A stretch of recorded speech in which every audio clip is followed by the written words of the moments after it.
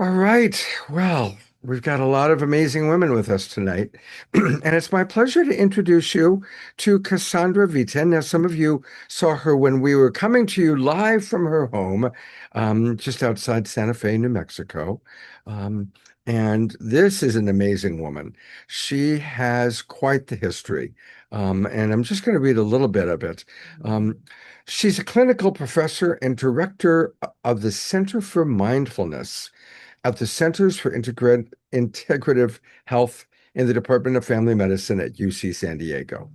She's also director of research at the Arthur C. Clarke Center for Human Imagination and clinical psychology director of the Psychedelics and Health Research Initiative at UCSD, University of California in San Diego.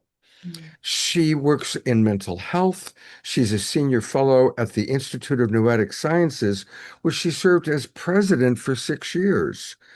Her research has focused on spirituality and health, transformative experiences and practices, the development of mindfulness-based interventions for emotional well-being, and development of media technologies to inspire awe. I love what I'm reading. It's a lot. And and I think we're going to talk a little bit about all of that. And she's also the author of the forthcoming book, Imagine That: How to Transform How You Think, Feel, and Live with the Science of Imagination.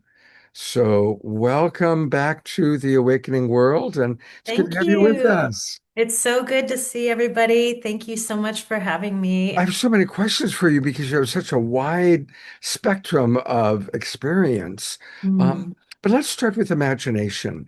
And I know that Albert Einstein spoke so much about imagination. So, what are some tools you can offer to our audience of how to open up and cultivate our imagination?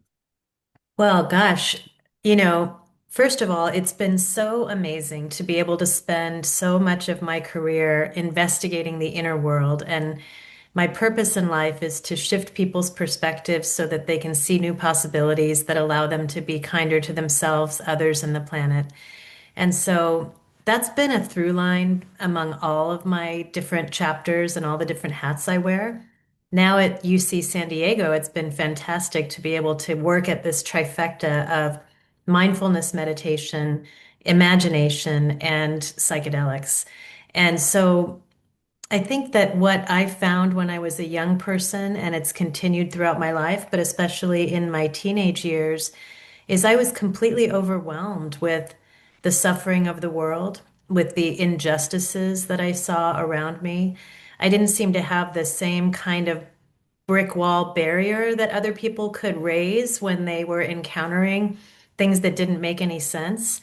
And then I had some internal feelings of depression and anxiety coming from genetics, coming from family, coming from who knows, all of the pain in the world.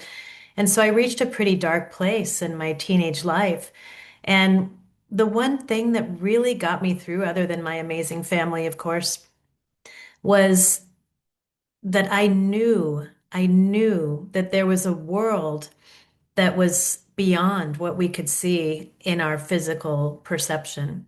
I knew that there was something very, very important happening under the surface of what we could see. And I was fascinated by trying to figure out what that was. And my first introduction to it was really science fiction and fantasy. So, reading things like Lord of the Rings and Narnia and A Wrinkle in Time, and then Star Wars and Star Trek and The Twilight Zone. And, all of these things, you can think of them as a little bit um, frivolous, right? They're just fiction. Why would that matter?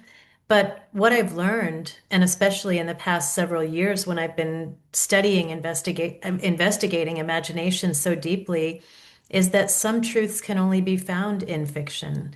And of course, this is true. We know this from mythology. We know this from almost every major spiritual tradition and spiritual teacher in the world has known that you can't just tell people things. You have to put it in the form of a parable. You have to put it in the form of a story.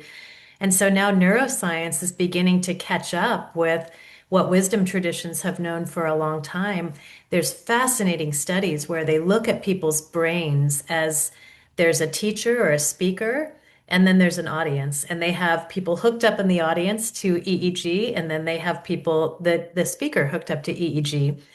And if the speaker is delivering information in a factual way, people's brain lights up in sort of the learning and the error detection levels. So they're just like, do I believe it? Do I not believe it? Do I believe it? Do I not believe it? But when the speaker begins to tell a story, the audience's brain begins to synchronize with the brain of the speaker. And so, one of the things that I found most fascinating is that the brain distinguishes a lot less than we might think between imagined content and real experiences. And so, when we imagine seeing something, our visual cortex is lighting up. When we imagine hearing something, our auditory cortex is lighting up. When we imagine moving, our motor cortex is lighting up. And so, what you imagine every day, especially if it's repeated, and the stories that you tell yourself and the stories you expose yourself to, the people around you and the language and the stories they use, they have a very real impact on your biology, your brain, the function and structure, the neurotransmitters that are released, the cortisol or the oxytocin that's going through your body, your nervous system. And so it matters. And at Institute of Noetic Sciences, we used to always say consciousness matters. Consciousness matters. What you believe, what you imagine, what you intend, the stories that you tell matter. And so it's time for us all to tell a new story for ourselves, tell a new story for our community, tell a new story for our planet. And to recognize that those stories are very real. The world of imagination is a real world. It follows different rules than the physical, linear, logical world, but it has truths that cannot be found in that physical, linear, logical world. And it's really about bringing both of those together and being able to navigate between the world of imagination and the world of form. That navigation is what we call creativity. Wow. Can you give an example since you've worked with people and had transformational experiences? What's an example of something you've observed where someone has really shifted a big part of their life, or even in your own life, through changing their story? I mean, I can tell a dozen stories, but one of the studies we're doing at the Center for Psychedelic Research at UC San Diego is we're doing psilocybin treatment with people who have amputations. So they've lost a limb and they're experiencing phantom limb pain. So they're feeling sometimes excruciating pain in the limb that's missing. And so we know that that pain is not happening physiologically at the site. It's mostly happening in the brain. The brain is misinterpreting, or probably accurately interpreting, like, yeah, it'd be pretty dramatic if you look down and there's no leg. Your brain is like, whoa, bad news. But even after it's healed, the brain is still activating the pain receptors. And so there was a National Geographic explorer named Albert Lynn, who was sort of patient zero in our study. He's someone who's traveled the whole world, jungles and mountains, and just this incredible guy. He got into a car accident, unfortunately, and lost one of his legs. And he was experiencing this pain in the missing limb. And someone taught him how to hold a mirror up to the existing limb, and it kind of tricks the brain into thinking that the missing limb is still there by looking at the mirror image. But it only happens when they're looking at it. It kind of goes away if you remove the mirror. So what he did was went out to the desert, took psilocybin on his own, and did mirror box therapy throughout the psilocybin journey when his default mode network was suppressed and there was this massive amount of brain plasticity. And he's never had phantom limb pain since then. Now, partly biological, probably, but what he says is I changed my story about the pain. The story of the pain changed. So that's one of so many examples of people who have had profound experiences in the territory of imagination. They meet archetypes, like Anadea was saying. They meet someone important. And one of the exercises that we do with people is we'll take them on a journey to meet their future self.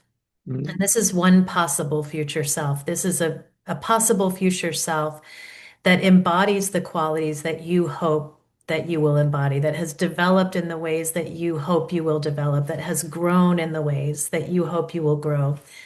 And so we do get people into an altered state of consciousness through breathing techniques or through drumming, all kinds of ways to do this. And then they visit the future self, show up at that person's door, and I met my future self. And I said, opened the door, and Scott, you'll laugh, the future self was living in an adobe house in New Mexico, which, was always a dream of mine. And for those of you who don't know, I in fact now do live in an adobe house in New Mexico 20 years later. But she was exuding this peace and contentment and authenticity and genuineness an Mm. earthiness and joy in life. And I got to ask her a lot of questions about what were the most important things she did to get to where she was, and what did she want me to know.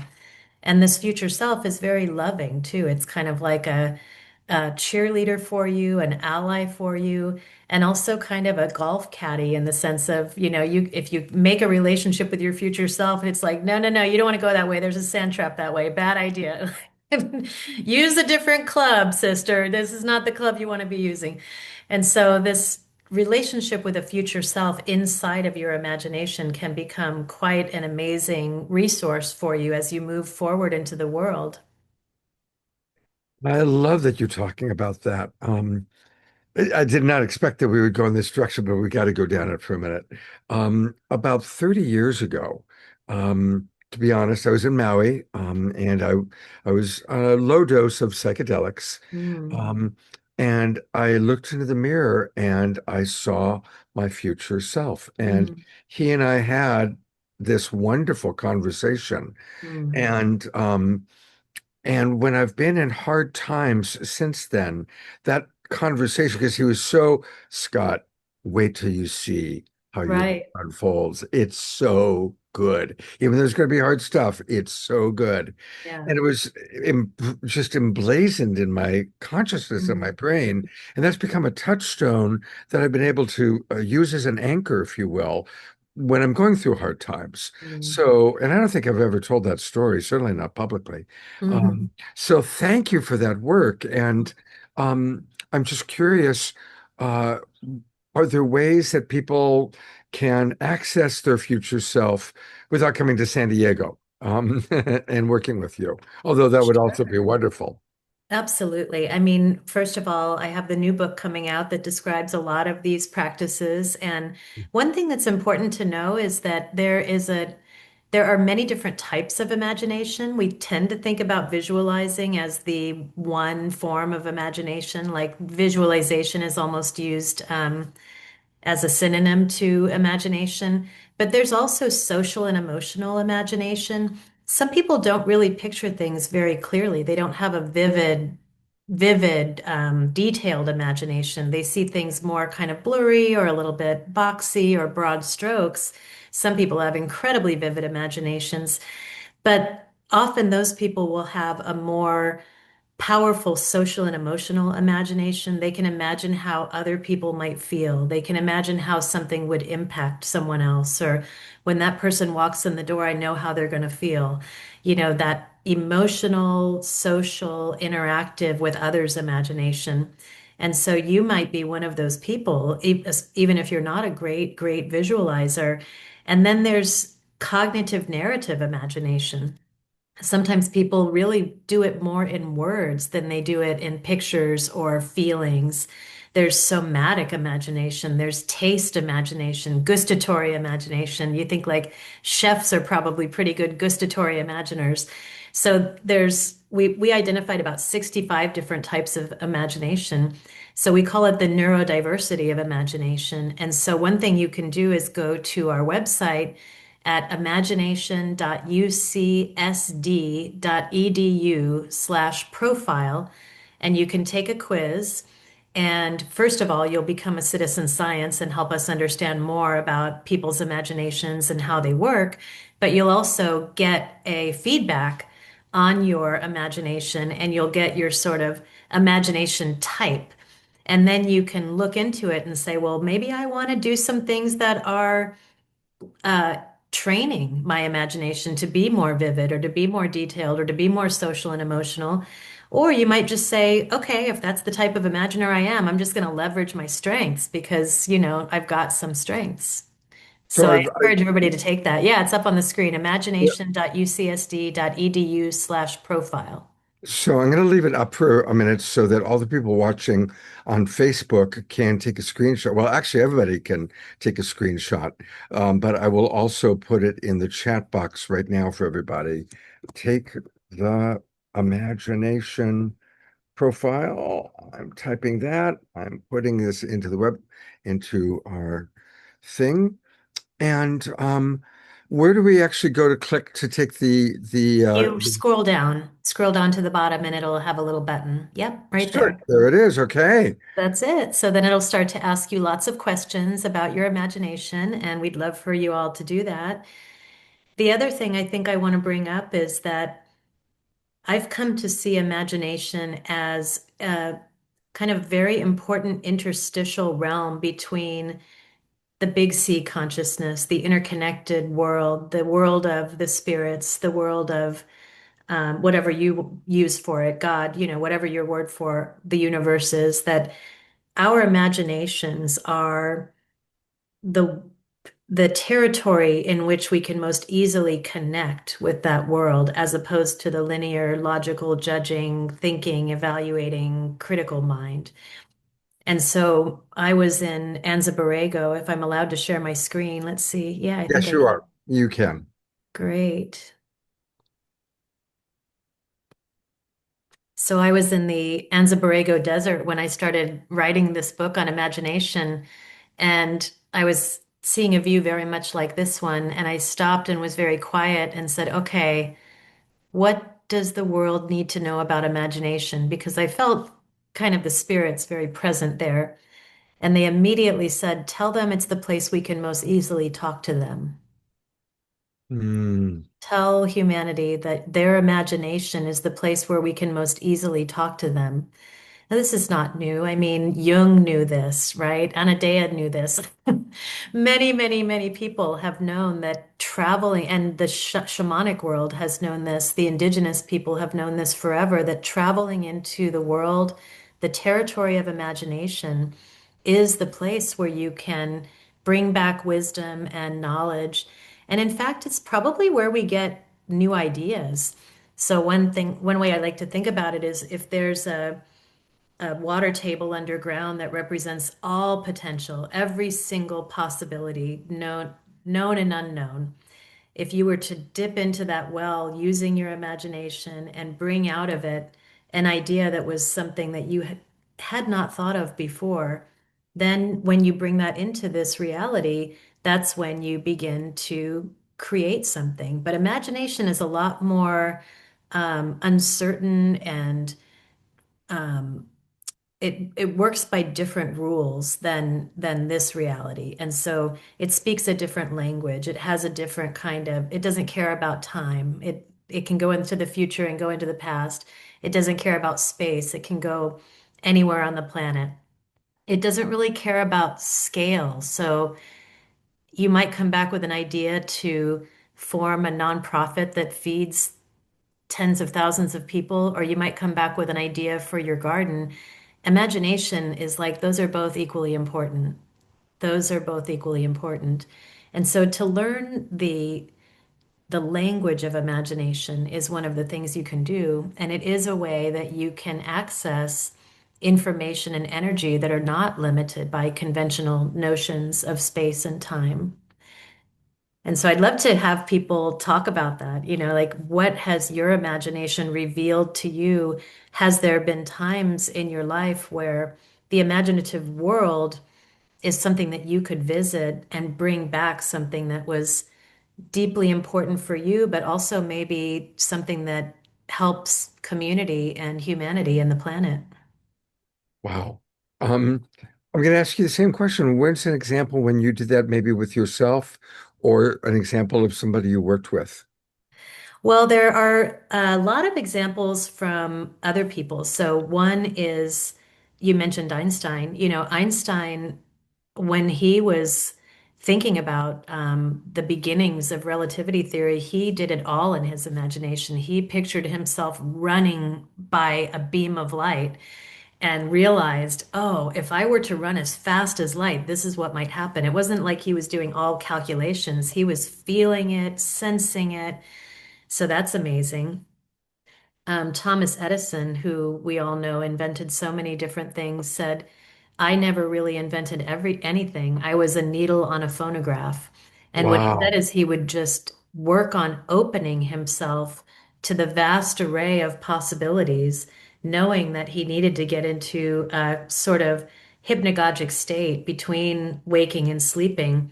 And some of those early folks would even, I think it was him or maybe it was Benjamin Franklin, who would sit in a chair and hold two brass or steel spheres in his hand.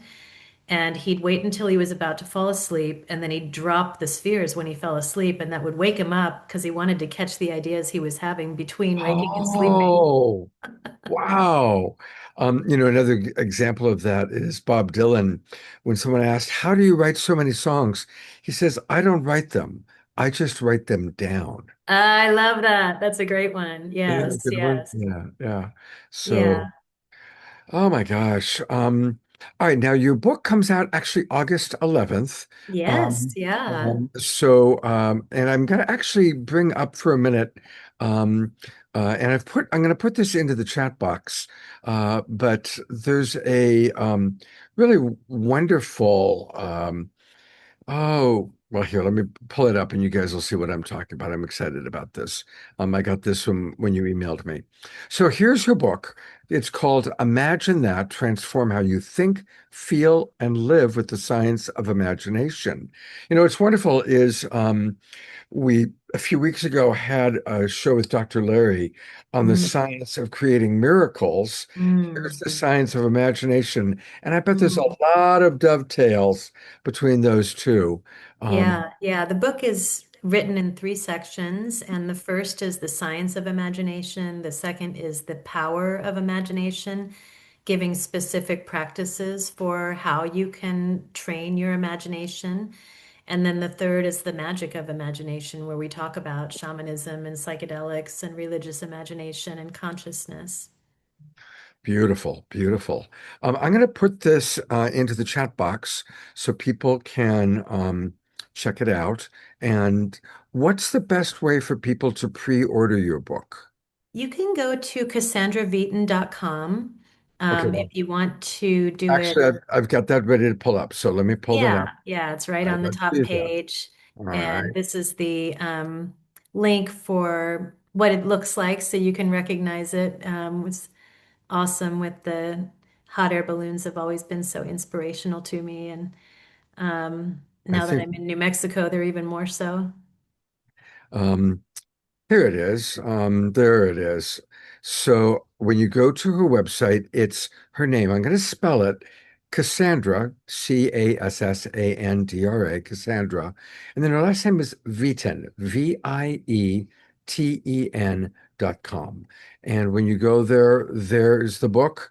And you can pre-order through Amazon, which is what Mm. I'll do. I'm going to do that right now. Nice and easy. There it is. I'm going to pre-order with one click. I love that. Aw, thanks, Scott. Absolutely. Um, let's see, where's my card here? And it's so easy when Amazon makes it very easy, which I Mm. appreciate, except Mm. for when oh, how come it's not in the cart? Hmm. Well, I'll go back and I'll figure that out. All right. Um, but please stick around. I noticed a lot of comments have come into the chat box. You might want to check that out. And Mm-hmm. then, of course, we're going to have a wonderful roundtable Q&A. Um, but we still have more wonderful, wise women to meet. Tonight's going to be a wonderful and a slightly long show. Maybe have some green tea. And thank you, Cassandra, so much. Thanks for having me. Absolutely.